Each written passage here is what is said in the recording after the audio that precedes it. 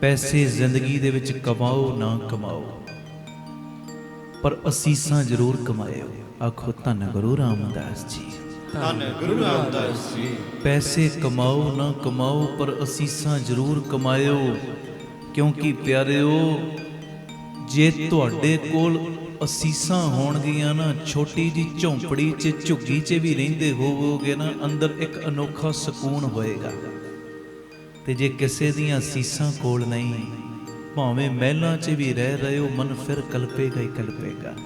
ਆਖੋ ਧੰਨ ਗੁਰੂ ਰਾਮਦਾਸ ਜੀ, ਧੰਨ ਗੁਰੂ ਰਾਮਦਾਸ ਜੀ। ਅਸੀਸਾਂ ਕਮਾਇਆ ਕਰੋ, ਅਸੀਸਾਂ ਜਿੰਨੀਆਂ ਕਮਾ ਸਕਦੇ ਹੋ ਕਮਾਓ, ਜਿੰਨੀਆਂ ਜੀ ਤੁਸੀਂ ਅਸੀਸਾਂ ਕਮਾਓਗੇ ਨਾ, ਇੱਕ ਦਿਨ ਇੰਨਾ ਤੁਹਾਡਾ ਅੰਦਰਲਾ ਭਾਂਡਾ ਪੁੰਨਾਂ ਦੇ ਨਾਲ ਭਰ ਜਾਏਗਾ, ਇੰਨਾ ਭਾਂਡਾ ਭਰ ਜਾਏਗਾ ਕਿ ਤੁਹਾਡੀਆਂ ਝੋਲੀਆਂ ਨਹੀਂ ਭਰਨਗੀਆਂ, ਗੁਰੂ ਰਾਮਦਾਸ ਤੁਹਾਨੂੰ ਝੋਲੀਆਂ ਭਰਨ ਵਾਲਾ ਬਣਾ ਦੇਣਗੇ।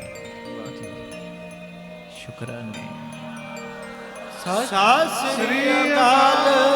ਇੰਨਾ ਸਕੂਨ ਮਿਲੇਗਾ, ਇੰਨੀ ਸ਼ਾਂਤੀ, ਇੰਨਾ ਆਨੰਦ ਮਿਲੇਗਾ। ਆਨੰਦ ਤੁਸੀਂ ਕਿਸੇ ਵੱਲ ਅੱਖ ਭਰ ਕੇ ਵੀ ਤੱਕ ਲਓਗੇ ਨਾ, ਗੁਰੂ ਰਾਮਦਾਸ ਬਾਬਾ ਦੀਪ ਸਿੰਘ ਨੂੰ ਉਹਦੇ ਵੀ ਮਾੜੇ ਕਰਮਾਂ ਦੇ ਚੱਠੇ ਪਾੜਨੇ ਪੈ ਜਾਇਆ ਕਰਨਗੇ।